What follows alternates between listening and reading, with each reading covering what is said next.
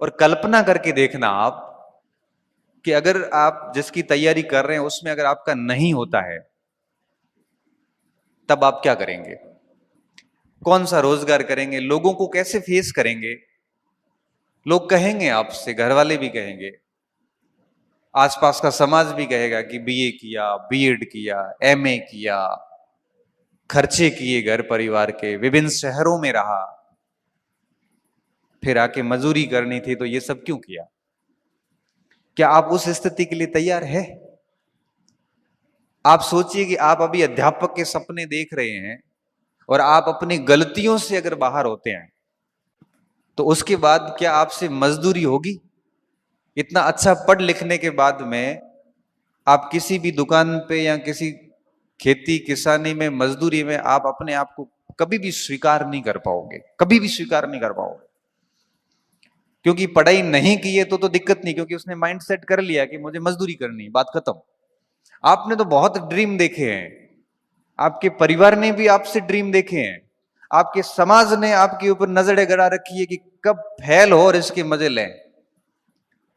जब ऐसी स्थिति में आप अपनी गलतियों से अगर बाहर होते हैं, तो क्या आप 4 साल बाद की आपकी स्थिति को स्वीकार कर पाएंगे? आप सोचना कभी इन चीजों के ऊपर। आप डर जाओगे, वाकई में डर जाओगे कि अगर इन भर्तियों में सिलेक्शन नहीं होता है तो मैं करूंगा क्या?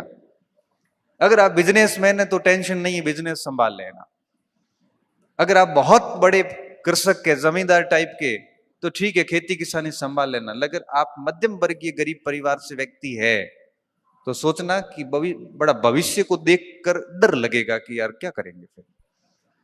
लाखों की संख्या में बच्चों के फॉर्म आते हैं, पेपर टफ आने लग गए, कंपटीशन बढ़ गया, हर बच्चा तैयारी करता है, घर बैठे ऑनलाइन पढ़ता है, ऑफलाइन पढ़ता है, कोचिंग्स हो गई, सब चीजें हो गई। तो मैं सबसे पहली बात आपको ये समझाना चाह रहा हूं कि आपके पास में बहुत अधिक समय नहीं है, इसलिए ये मस्तिष्क में मत लाना कि और एक दो ट्राई करते हैं, एक बार और करें, कर लेंगे, अभी अभी यूं ही कर लेते हैं। काम करना है तो लड़ाई आर पार की रखना, नहीं करना है तो छोड़ दो। 4-5 महीने रहे थे आरएस मेंस के, और गोविंद यार इतना सारा कैसे करेंगे, वैसे कैसे, तबीयत ठीक नहीं है। मैंने कहा तो जा जयपुर, जयपुर ही था। मैंने कहा केसरिया कर जाके वहां। केसरिया करने का मतलब है कि वापस नहीं आना है। यहां तो पास होंगे, यहां कोई जॉब पकड़ लेंगे, आर और पार की लड़ाई होती है। केसरिया करने का तो समझते हो ना?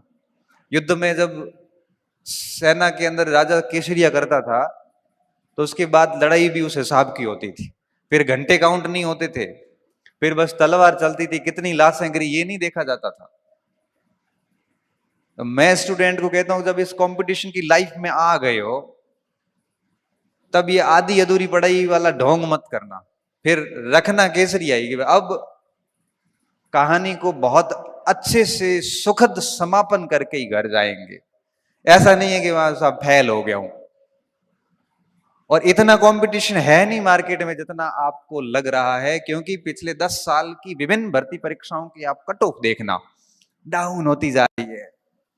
70% से 55% भी आ गई। आरएस प्री देख लो, कॉलेज लेक्चर देख लो, क्योंकि नंबर ऑफ कैंडिडेट बढ़े हैं और नंबर ऑफ सीरियस कैंडिडेट घट गए हैं। नंबर ऑफ सीरियस कैंडिडेट घट गए हैं, बच्चों में वो बात नहीं रही जो आज से 5-7 साल पहले हुआ करती थी। आज की जो जनरेशन है वो मोबाइल, विभिन्न सारे मोटिवेटर, किताबों की बहुत बड़ी दुनिया, उनमें इतनी फंस गई है कि वो कुछ नहीं कर पा रही, बस बैठी है चुपचाप। तो आपको इस चीज को लेके भी डरना नहीं है कि बहुत स्टूडेंट है, कोई फर्क नहीं पड़ता। मैं कहता हूं कि 2 साल में, अभी आपको बताऊंगा कैसे करना है। कोई स्टूडेंट 2 साल अगर अपने जीवन का 2 साल तरीके से दे देता है, तो भैया पोस्ट भले 2 हो या 3 हो, अपना काम कर जाता है। बाकी तो सब बहाने हैं कि सीटें बहुत कम है, फॉर्म बहुत ज्यादा है। भाई मैं तो ये कहता हूं कि सीटें कम है, फॉर्म ज्यादा है, आप 70% नंबर लाके तो देखिए, बाकी बातें छोड़ो। तो मेरे को तो 70% नहीं आ रहे हैं, तो तेरे को नहीं आ रहे, तो भाई गलती तेरी है ना, दुनिया को क्यों दोष दे रहा है? अभी फर्स्ट ग्रेड में पोस्ट कम आई तो कुछ बच्चे आए, सर सर सीट तो नहीं है। मैंने कहा सीट छोड़, अपन दूसरी बात करते हैं। मैंने कहा तू मुझे फर्स्ट ग्रेड की मार्कशीट में 290 नंबर ला के देगा? तो कहे हाँ सर। तो मैं सिलेक्शन ला के दूंगा, सीट भूल जा। थोड़ी देर में बोला साहब 290 थोड़ा आ जाए। 290 थोड़े मुश्किल है। हाँ थोड़ी मुश्किल है तो मजा कर, सिलेक्शन होना नहीं। सिलेक्शन भी चाहिए और नंबर भी नहीं आएंगे। क्यों नहीं आएंगे? मेरे 335 थे। मैंने कहा तेरे को तो 290 का ही तो कह रहा हूं, बहुत 390 थोड़ी कह रहा हूं। हाँ 290 कितने परसेंट होते हैं? 70% भी नहीं है। मैंने कहा 290 65% नंबर है। जब आप फर्स्ट ग्रेड के पेपर में 65% नंबर नहीं ला सकते तो क्यों राजपत्रित अधिकारी बनने का दावा कर रहे हो भाई? गलती किसकी है? गलती आपकी है। सीट मत देखिए, आप तो ये कहिए ना, मुझे आश्वस्त करिए कि सर मैं 70% नंबर ला के बताऊंगा आपको। इसलिए मैं कहता हूं कि आपके पास बहुत लिमिटेड टाइम है। ये बात दिमाग में बिठा देना कि आपके पास 10-20 साल नहीं है, महज 3 से 4 साल है। और एक व्यक्ति 2 साल में अपना जीवन सेट कर सकता है। आगे 50 साल की जो लाइफ है ना, वो बड़ी प्रतिष्ठित लाइफ है। बेरोजगारी अपने आप में एक अभिशाप है। व्यक्ति अपना बिना कोई अपराध किए हुए भी मुंह छुपाता है, बिना कोई गलती किए हुए भी 4 लोगों से सुनता है। तो इन 4 साल में इस कलंक को खत्म कीजिए, पहली बात तो ये। दूसरी बात, अब 4 साल का समय है आपके पास में। और एक और बात बताऊं, आप ये भी मत समझना कि हर दिन समान होता है। आज आपके पास में अवसर है, हो सकता है 2 साल बाद में नहीं होगा। कई बार क्या होता है कि हमारे पीछे जो सपोर्ट सिस्टम होता है वो टूट जाता है कई बार। और इतना अचानक से होता है क्योंकि इस पृथ्वी पे जो भी आया है उसको जाना है। और कई बार ऐसा होता है कि हमें पीछे फंड देने वाला व्यक्ति चला जाता है और ऐसी स्थिति आती है कि महानगर छोड़ के ढाणी में आना पड़ता है। तो अवसर मिला है तो इसको बहुत तरीके से बनाना, इसके साथ में मजाक मत करना। हर दिन को चैलेंज लेना कि आज का दिन कितना बढ़िया तरीके से काम किया। हर दिन सोते वक्त सोचना कि क्या मैं वो सब कर पा रहा हूं जो उम्मीदें लेके मैं शहर आया था। क्योंकि भटकाओ का दौर है। किताब बेचने वाला किताब बेच के भटकाएगा, गाइड बेचने वाला गाइड बेच के भटकाएगा, online course, offline course, coaching, ये सब अपना प्रचार करेंगे, टेस्ट सीरीज वाला अपना प्रचार करेंगे, सब अपना अपना करते। ये मार्केट है। समझदार किसको होना पड़ेगा? समझदार सिर्फ आपको होना पड़ेगा कि भटकना नहीं, अपने को लिमिटेड चुनना है कि ये करना है, बात खत्म। क्योंकि मैं इस खुद मार्केट में हूं, ऑनलाइन कोर्स मैं भी देता हूं, कोचिंग भी चलाता हूं, टेस्ट सीरीज भी है, लेकिन फिर भी बच्चों को कहता हूं कि लॉजिकल होइए, समझदार होकर डिसीजन लीजिए और काम कीजिए, तब जाके आप अपने समय का सदुपयोग कर पाओगे। अब जो मैं आपको कह रहा था ना कि भाई 2 वर्ष में कैसे कुछ किया जा सकता है, तो इस हेतु बहुत अधिक चुनौतियां नहीं है, सिर्फ 4-5 चीजें करनी होती है। सबसे पहली बात, सुबह से लेके रात जब आप सोते हो तब तक आपका पूरा शेड्यूल फिक्स होना चाहिए, किस समय क्या करना है। भाई मुझे सुबह, जैसे हम पढ़ते थे तो क्या था कि जैसे कई बार रात को नींद नहीं आ रही तो रात को बढ़िया पढ़ लिए, 2:30 बज गए, 3 बज गए, पढ़ लिए, पढ़ के थक गए, सो गए। सुबह थोड़ा लेट उठे, लेट उठने के बाद में फिर मुंह धोए, चाय वाय पी और फिर पढ़ना शुरू कर गए। भूख लगी, खाना पीना नाश्ता कुछ जो जुगाड़ हुआ किया, नींद आ रही थी, सो गए, उठे, फिर पढ़ने लग गए। शाम के समय थोड़ा स्टेडियम घूम के आए, वापस आए, फिर पढ़ने लग गए। जिंदगी में कोई फालतू समस्याएं पड़ी हुई नहीं, किसी भी प्रकार का कोई ऐसे एडिक्शन नहीं, नशे नहीं, कोई भी बहुत बड़ा ग्रुप नहीं। 5-6 लोग जीवन में पहले भी थे और बेरोजगारी में भी थे, आज भी वही लोग हमारे साथ हैं। रिश्ते नाते खत्म कर दिए, कोई किसी का नहीं है। सबसे पहले प्रहार करते हैं ये लोग फेल होने के बाद। 5 या 6 लोग रखते हैं जो ये हौसला देते हैं कि कोई बात नहीं, हम कर लेंगे, तू टेंशन मत ले। और ईश्वर की दया से मेरे जितने भी दोस्त से सारे सारे बढ़िया जगहों पे सारे अधिकारी है। तो 5-6 लोगों का ग्रुप रखा, सुबह से शाम तक खुद को बिजी रखा, फालतू लफड़ों से दूर रखो और सिर्फ सरल जीवन जियो और सिर्फ काम पे ध्यान दो।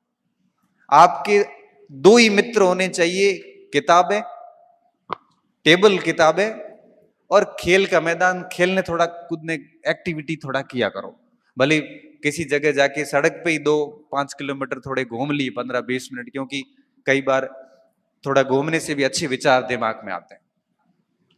भाई 10 लोगों से बिना फालतू बात करने की बजाय 15 मिनट रोड पे टहलना ज्यादा अच्छा है। आज की तारीख में मैं बताऊं, मेरा कोई सर्वे नहीं है, लेकिन 100 में से 90% लोग आपको भटकाने वाले और नेगेटिव टाइप के लोग हैं। आपने कह दिया ना कि मैं प्रोफेसर की तैयारी कर रहा हूं, तो सीधा यही कहेगा कि प्रोफेसर छोड़, 4th ग्रेड की भर्ती आई हुई। अरे भाई, टच कर गई ना बात। ये सबके साथ हुआ है। अरे 2 साल से हिस्ट्री पढ़ रहे हैं, तरीके से पढ़ रहे हैं, सर आपके नोट्स पढ़ लिए, 5-5 बार टेस्ट दिया है, अब सर डर लग रहा है। तो डर लगने के बाद वो अपने साथियों के पास जाता हो कि 52,000 ज्यादा बढ़िया है। कहाँ प्रोफेसर, कहाँ 4th ग्रेड, इतना गेट पे आया हुआ क्यों भाई रास्ता बदल रहा है, वो भी उसके कहने पे जो खुद संघर्ष कर रहा है।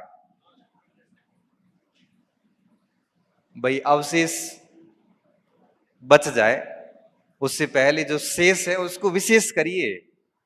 बाद में अवशेष ही बचने, बाद में कुछ नहीं होना, अभी एनर्जी आप में। अरे बड़े प्रोफेसर की शानदार तैयारी चल रही थी, उस समय किसी ने दिमाग में बात डाल दी 4th ग्रेड, अब वो दिमाग में बैठा 4th ग्रेड। अगर आप इस तरह से अपने पास में ऐसे लोग रखेंगे तो निश्चित तौर पे वो आपको कभी अच्छी तैयारी करने नहीं देंगे। वो हमेशा फिर आप जैसे ही कुछ अच्छा करने की कोशिश करोगे पास में आके बैठ जाएगा, बहुत औंधो काम है, कंपटीशन बहुत टफ है। 20 जनों को तो मैं जानता हूं जो बहुत इंटेलिजेंट है, 19 ही पोस्ट है।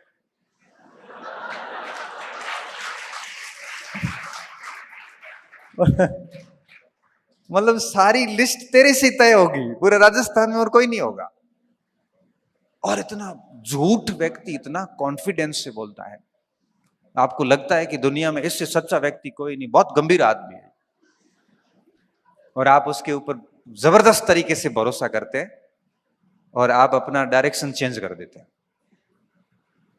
इसलिए कहता हूं कि ऐसे लोगों के साथ रहने की बजाय अकेले रहो, वो ज्यादा बेहतर है।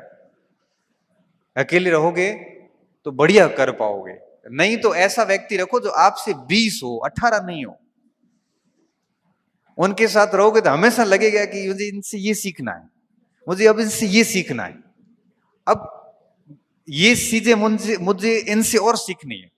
अब हर दिन आपको टारगेट मिलेगा कि इस आदमी से मैं कितना सीखूं कि मैं सीखते सीखते सीखते पूर्ण हो जाऊंगा एकदम से।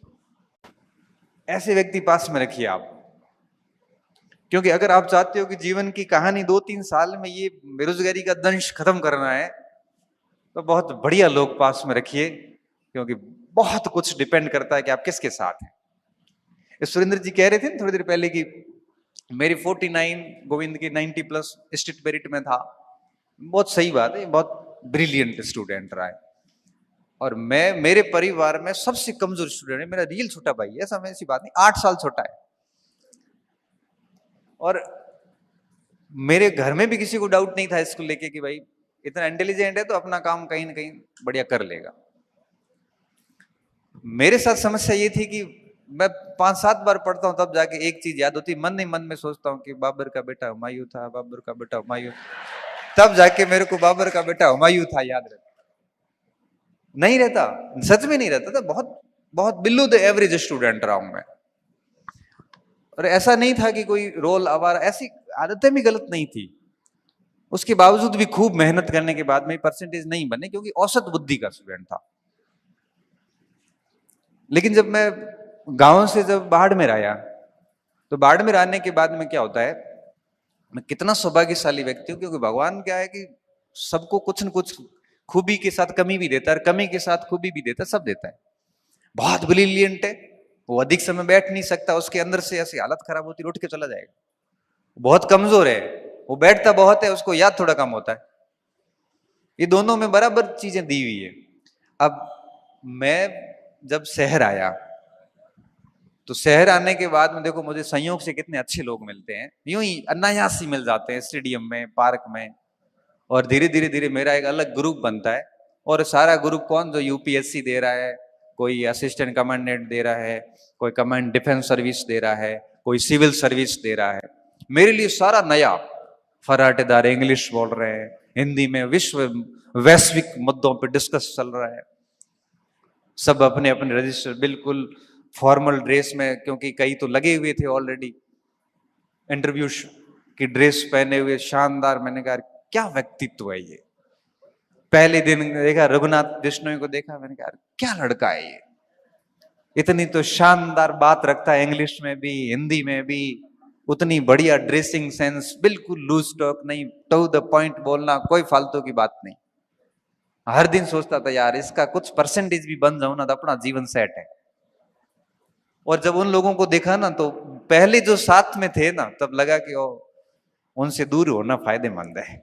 और धीरे धीरे उन लोगों से दूर होते गए और इन लोगों के करीब जाते गए, स्वार्थ से। स्वार्थ ये था कि कुछ अच्छा कर लेंगे। उनके साथ रह रह के सपने भी बड़े देखने शुरू कर दिए, पढ़ना कैसे है ये भी पता चल गया। कल ही मैं रघुनाथ से बात कर रहा था, मैंने कहा यार एक बात बता, कि मैं अभी 14 अप्रैल को जोधपुर गया था, डॉक्टर भीमराव अंबेडकर जयंती के अवसर पर मैं यूनिवर्सिटी के अंदर रिसोर्स पर्सन था। सुरेंद्र जी वहीं थे, बड़े बड़े प्रोफेसर आए हुए थे, मैं सबसे जूनियर व्यक्ति था वहां पे। और सुरेंद्र जी उस समय मेरी चेहरे की सिकन को पहचान रहे थे कि आज पहली बार बंदा एकदम मायूस बैठा है। बाकी मैं ऐसे मंचों पे मायूस होता नहीं हूं। मायूस क्यों? क्योंकि जो विद्वान बोल रहे हैं, इतना तगड़ा बोल रहे हैं कि ये 14 अप्रैल की बात है, 5 दिन पहले की। मैं अंदर ही अंदर कॉन्फिडेंस हो गया, यार क्या ज्ञान है इनका। और मैं यूं ही फालतू हवा में ही बैठा हूं, मतलब बात यही है कि मैं हवा में हूं। मैंने सबको सुना, मैंने मेरी तरफ से भी जो बात रखनी थी मैंने रख ली, और मुझे पता है कि मैं उनकी कुछ परसेंटेज भी बात नहीं रख पाया हूं। घर आया, मैं सोचने के लिए मजबूर हुआ। मैंने रघुनाथ को सुबह फोन किया 15 तारीख को, अभी मैं आपको नई बात बताता हूं। मैंने कहा रघुनाथ एक बात बता, अब रघुनाथ और हम कहते 17-18 साल से साथ हैं। मैंने कहा मैंने भी खूब पढ़ा है डॉक्टर अम्बेडकर को, और उन्होंने भी खूब ही पढ़ा होगा, क्या ऐसा कारण है कि उन्होंने इतनी बढ़िया बात रखी तो मैं रख नहीं पाया? क्योंकि देखा 3 चीजें होती हैं, तुम ऐसी टेंशन मत ले, 3 बातें होती है। ये KEE फॉर्मूला काम करता है। देखो वो एज इट इज ऐसे ही बोल रहा है। मैंने कहा क्या? तो मैं समझाता हूं तुझे। सबसे पहले नॉलेज गेन करना पड़ता है। के अब बेटा तेरा नॉलेज है 12 साल का, उनका नॉलेज है 40 साल का, ज्यादा किसके पास है? उनके पास। दूसरी बात, ए एनालिसिस। तूने एनालिसिस कितना किया है? 5 साल।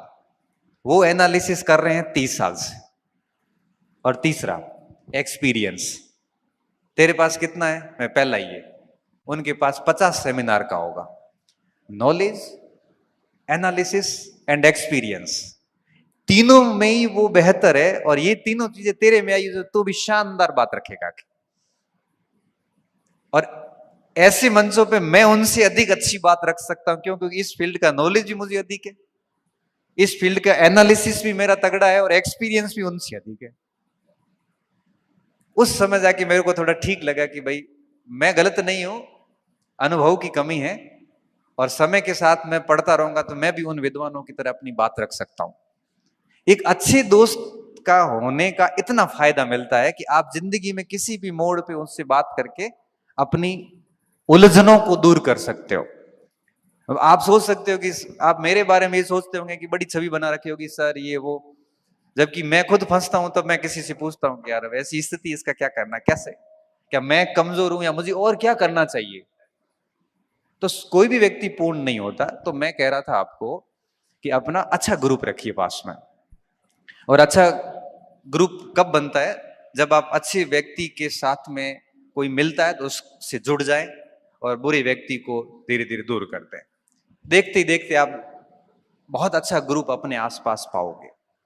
तो पहली बात मैंने आपको ये बताई कि आप दिमाग में बैठा दीजिए कि आपके पास में बहुत कम समय है, 3-4 साल का ही। और दूसरी बात, अपने आसपास कौन सा घेरा है, आज ही इस पे मंथन करना शुरू कर देना। कोई कितना ही अच्छा दोस्त है लेकिन नेगेटिव टाइप का है, आपको वो उठा नहीं सकता, तो दूरी बनाना ही फायदेमंद है, क्योंकि एक समय बाद वो आपको नुकसान नहीं करेगा, फायदा तो नहीं पहुंचाएगा। क्योंकि जो पीछे है वो पीछे लाने की कोशिश करेगा और आगे है वो आगे ले जाने की कोशिश करेगा। तो ऐसा प्रयास कीजिए कि आपके आसपास लोग अच्छे हो।